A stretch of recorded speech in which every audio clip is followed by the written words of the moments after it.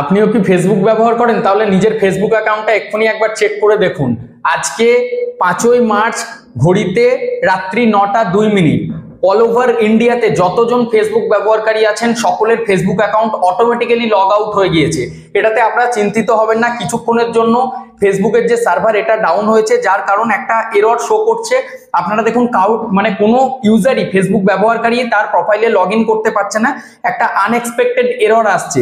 এটা কিছুক্ষণের জন্য এসেছে, আপনি কিন্তু সকলে চেক করতে পারেন অটোমেটিক্যালি, মানে সবার দেখুন just session expire please try again letter, session expire try again letter, সকলের এই মেসেজটা দিচ্ছে। তো এটা চিন্তা করবেন না, সার্ভারের কিছুটা সমস্যা হয়েছে, ফেসবুকের তরফ থেকে অফিসিয়ালি এটা খুব তাড়াতাড়ি একটা আপডেট দেওয়া হচ্ছে এবং আপনাদের সকলের অ্যাকাউন্ট সেভ আছে।